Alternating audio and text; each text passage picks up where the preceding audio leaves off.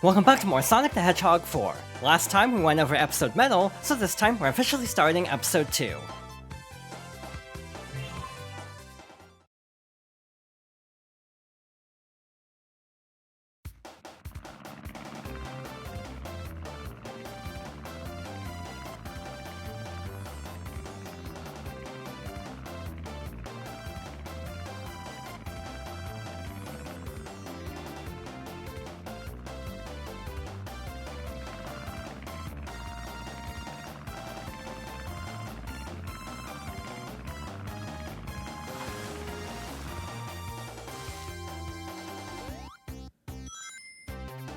As we enter Sylvania Castle Zone Act 1, the most immediate improvement is to the presentation.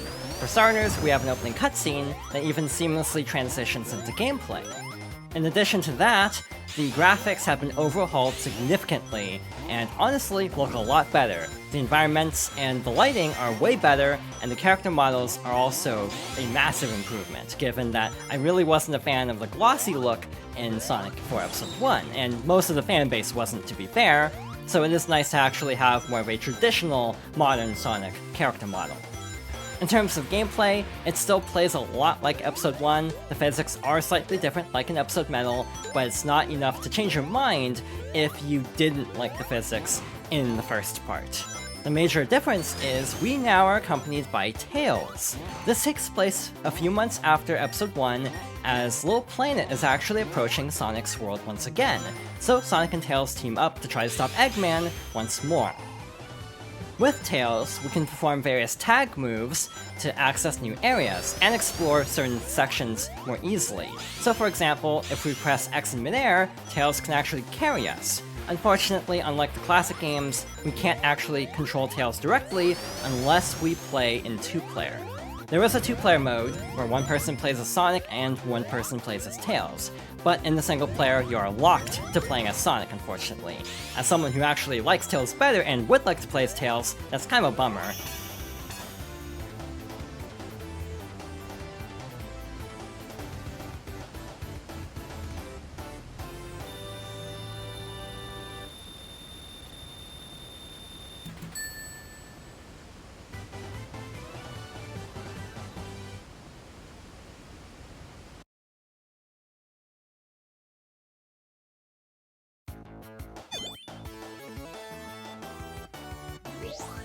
In this stage, you'll race through the course collecting rings. You'll need a set number to pass through the checkpoints placed throughout the stage. If you don't have enough rings, the stage will end. Press A or B for a spin jump, and X or Y to boost, and Sonic's tail to boost Sonic and Tails' speed as you make your way to the finish line.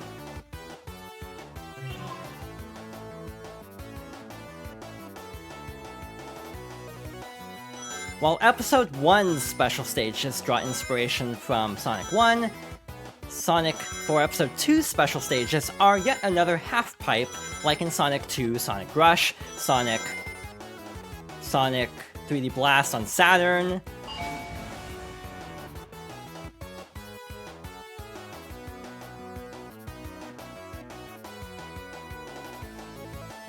To tell the truth, I'm actually having to stop and think about how many games actually have half-pipes. I think Sonic Colors DS has one too.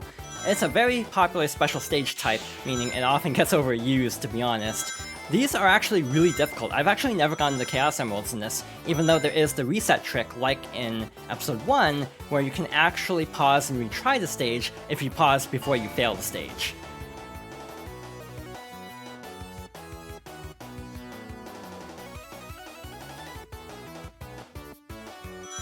We've already met the quota for this first special stage, but again, they actually do get very difficult, so I'm actually not going to go after any of the rest of the Chaos Emeralds, because also, kind of like in Episode 1, they don't really change a whole lot about the outcome. They actually change less compared to in Episode 1, so I really don't see a point in actually going out of my way for the Emeralds.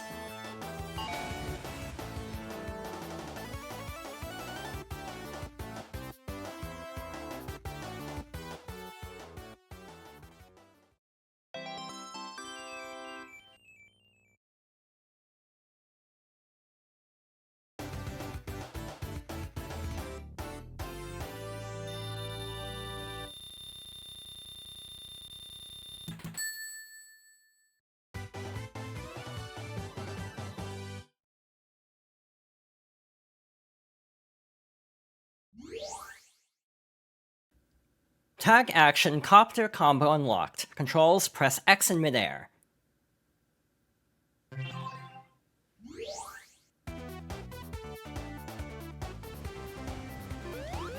Moving on to Act 2, I forgot to actually talk about the differences of the ending of Episode 1 if you have the Chaos Emeralds.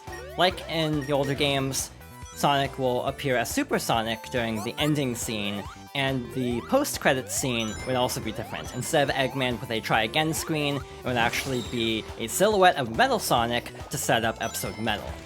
That is our next tag action there, where Tails can actually carry us through water, which is very nice given that Sonic and water don't necessarily mix. It's actually very bold putting a water level as the first set piece of a Sonic game, to be honest, though again, because this is Episode 2 essentially, it sort of is okay to actually throw you into the deep end of the pool literally, given that there's an assumption that you've probably played Episode 1 before this.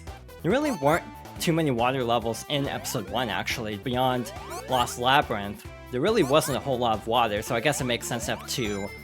I do feel like this borrows a lot from Aquatic Moon from Sonic 2, but also has some similarities to Marble Garden from Sonic 3, like these little arrow statues here. In general, this game still heavily borrows inspiration from the older Sonic games, but unlike Episode 1, I feel like it's at least a little bit more coy about it. It's not as overt, which makes it feel a little bit better in that regard. While this stage, for example, has clear inspiration, at the very least, it's less obvious than like Splash Hill Zone or Casino Street. It's a little bit more subtle. Also, like in Sonic 1, you actually do need 50 rings when you finish a stage to actually access the special stage, so it's not like Sonic 2, where you actually need 50 rings by a checkpoint. To be honest, since they changed the special stages to Sonic 2 special stages, I kind of wish they changed the unlock criteria to the Sonic 2 criteria as well, as someone who actually prefers the checkpoint method to the keeping 50 rings for the entire stage method. That's also, again, another reason why I'm not promising to go after the Chaos Emeralds, because I remember certain stages are very difficult for hanging on to rings that long. So there will definitely be times when we'll actually struggle with holding on to that many rings. To be honest, I kind of forget about the tag actions sometimes, so in that case, that actually trivializes this water sequence. Tails does have limited stamina though, so you have to be careful about that. Tails has very limited stamina, I forgot how short it was actually. So be very careful, especially with Flight. That seems to peter out very quickly. Once again, we do have the homing attack, and luckily we can actually use tag actions in the water like so, as we're falling. This is a very clunky set piece actually. I feel like I'm doing something wrong here, but it's working, sort of, in the meantime. But yeah, I definitely feel like I was supposed to use the spring more effectively, but I kept accidentally falling down, so that definitely could have gone a lot better, but we managed to get through it.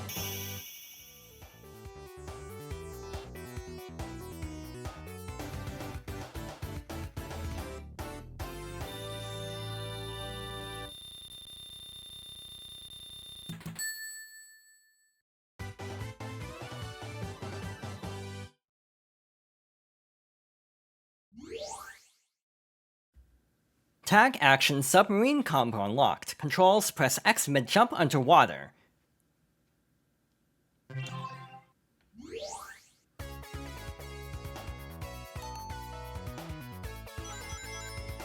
Moving into Act 3, this is starting to live up to the level's name, with this music at least, and the whole moonlight aesthetic.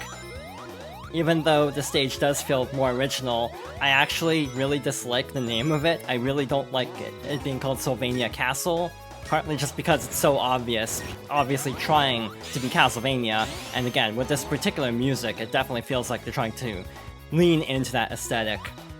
So we have our final tag action, which is this rolling combo, which is actually very overpowered, as you might be able to tell. We can basically roll through anything in our way, including walls, like so. In general, I really do like having Tails in this game, even if he isn't playable. It really does add a bit of depth to the gameplay that was kind of lacking in Episode 1, even with added features like the homing attack in Episode 1. So we have these little platforms. That was a very bad jump there. I'm actually just going to skip this and fly, like so. And we have these little platforms that we can basically flip around with a homing attack like so. In general, I do feel like the level design is also a little bit more ambitious. We'll have to wait and see if it's ambitious to a fault though, because I remember certain levels being kind of a headache. Again, I don't really go out of my way to play Sonic 4 very often, so to be honest, I really don't remember a whole lot of Episode 2 specifically. I almost feel like I remember less for some reason. Like, maybe it's because Episode 1 has some frustrating parts. It's actually harder for me to actually forget certain sections, because I'll always remember struggling. While with Sonic 2, or Sonic 4 Episode 2, maybe I had less trouble, and so nothing really stood out to the same degree, but I guess we'll have to wait and see. But in general, I don't remember running into too many hurdles with this game, but again, I wouldn't be shocked if the game manages to prove me wrong, again, just because I'm not really remembering everything. This still has the same problems of level design involving a lot of homing attack chains, which I feel like in 2D is also less interesting than 3D, because there's that lack of positional awareness in a 2D game where it just boils down to pressing A a bunch of times, rather than trying to actually line up the homing attack against the proper opponent. So it does feel a little bit weaker compared to performing the same move in a 3D space. Once again, we have to use the rolling combo here to break through, and we have a bombless pit that's now signposted. This is actually released after Colors and Generations, so there were 2 whole 3D Sonic games between Part 1 and 2, and it definitely draws from some design cues of those games, like the warning signs for pits, and also Red Wings, that are actually not useful for anything other than completion progress, so we're not going to worry about Red Wings either. Tails really helps in situations like this, where instead of backtracking, we can simply try to fly up there, or not. Again, because Tails' stamina is very limited, but again, since you can use it in midair, we can very quickly fly up here. Well, Tails made it up there at least. And again, this is why I'm not promising to get any of the emeralds for this playthrough. I am trying to rush, I need to really just take my time here, instead of falling down for like a 4th time. Now we have this little rotating set piece here, and we're done.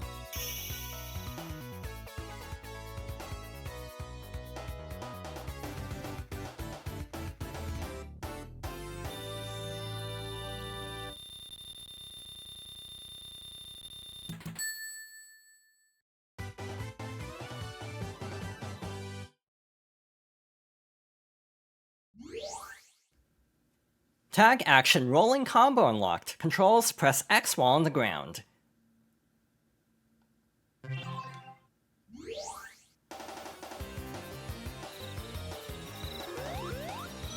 Like in Episode 1, we have a 3-act structure with a boss act at the end. Again, I'm actually surprised they didn't change this.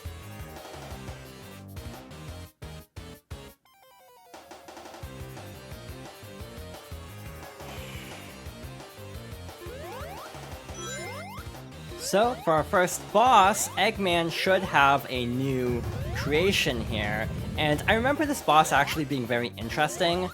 It's kind of like the Aquatic Ruin boss in that we have the 2 pillars on the side, but it's fought completely differently, because we basically have like a giant plant over there.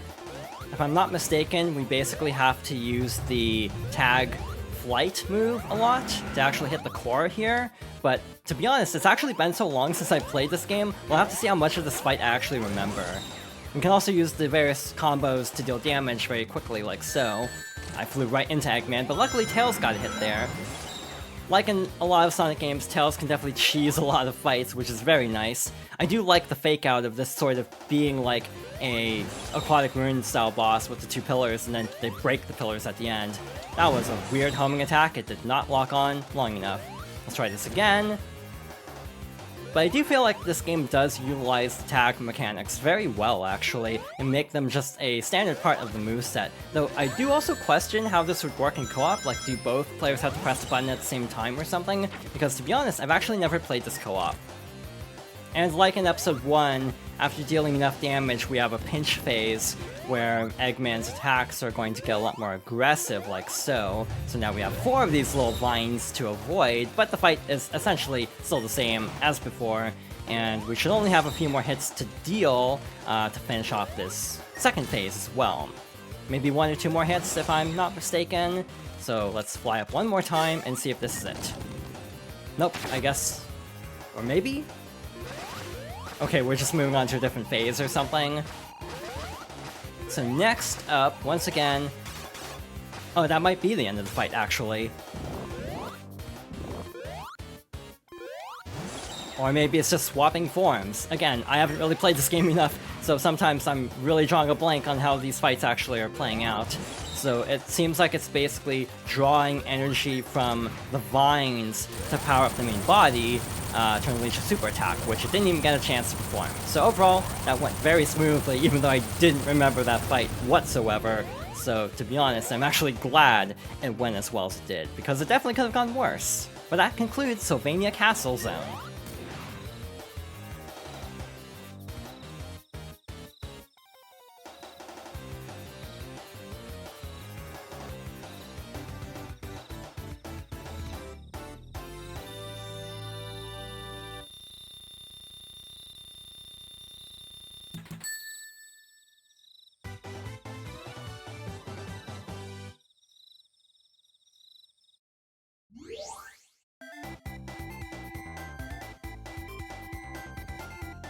Next up is White Park Zone. I actually really like this zone from what I recall, though I may eat my words in a bit to be honest. I do remember a couple things being a little cheap here, so we'll have to see how much I remember. It feels like a very unique take on the snow level to mix it with an amusement park aesthetic, which both are common themes in Sonic games, so yeah, combining the two actually seems really clever. Again, this game does still draw a lot of inspiration from the old games, but at least it's a lot less obvious where it's taking all of its level aesthetics from. I will still say the music isn't great. Again, I almost feel like Jun Sonoe does very good work, but a lot of times his work that's deliberately trying to sound like it fits on a Genesis ends up sounding just too exaggerated and too chiptune-y to actually be like as melodic as something like the older Sonic music. I do feel like this game also fixes one of my issues with Episode 1 by having more themed badniks. So for example, we have the little polar bear enemies, and some other badniks too that feel more specific to an area instead of in the previous game where it felt like we didn't have a ton of enemy variety. We obviously had all the Metropolis bad guys in Mad Gear Zone, but in general, it does feel like a lot of enemy types are shared between levels.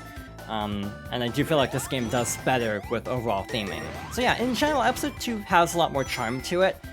I do remember it actually reviewed worse, and again, I talked about this a little bit during Episode 1, but I'm pretty sure it's just because we got colors and generations between the two episodes, so the perspective was different, where since we got two fairly decent Sonic games since, one of which also heavily relying on 2D nostalgia, it made Sonic 4 Episode 2 stand out less, because it basically had more competition. So now we have a traditional snowboarding sequence, as you'd expect. I totally missed that spring, but that's fine. Luckily there was a bottom path this time. Again, it's a Dimps game, you can't always count on them actually including a safe path below, which again is one of the fun things about Dimps level design, is just not having a safety net for if you fall. So the rolling combo, as you can tell, is a little bit unwieldy sometimes, but can also go through the snow here. I do feel like sometimes the combos are a little bit hard to activate just because of them all being tied to X, even though the modern controllers all have multiple buttons, and we actually don't have a Wii U version or a Wii version this time.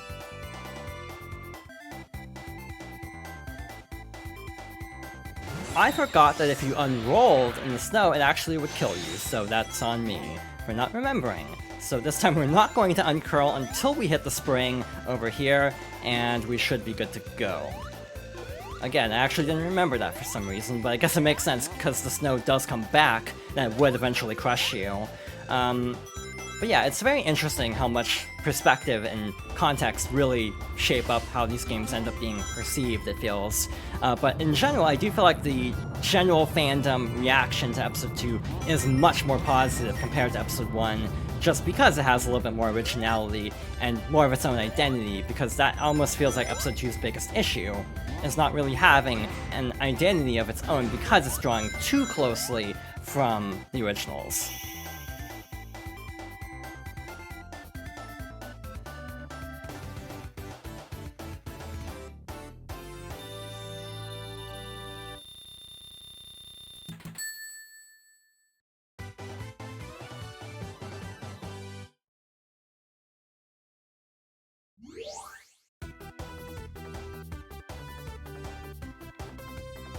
And now we're moving on to the amusement park of White Park. Again, if this game was released on Wii, I almost feel like I wouldn't mind the controls as much, because then you'd have to use it on the Wii Remote, in which case you have fewer buttons to begin with, so mapping everything to X for the tag actions would actually make sense, but because of hardware limitations, and I think mainly storage limitations actually, Part 2 was not actually released on Wii, which was very, very controversial at the time. This is actually being recorded before the Episode Metal video because of how Episode Metal is unlocked, so if I forgot to talk about it there, I'll talk about it now, but because of Episode Metal, this did cause a lot of problems because of having to rebuy the game on another platform just to access Episode Metal, which frankly isn't that worthwhile, so again, not having the Wii version for that lock-on content was a big disappointment at the time. Also, it's kind of odd to have an episodic game where one episode is all you get on one platform, though to be fair, with Nintendo specifically, it would not be the first time. This actually happens a lot with third-party releases, where basically like only one part ends up actually releasing on the console, while the HD consoles get all of the sections of the game. I think of like the Mass Effect Trilogy Collection releasing the same day as Mass Effect, or at least around the same time as Mass Effect 3 alone on Wii U. So again, it's very interesting how third parties approach Nintendo platforms a lot ever since the Wii era specifically. To be honest, I have barely seen any red rings at all in this playthrough, so I'm really glad I decided to not go after them. That was very close, but we made it through.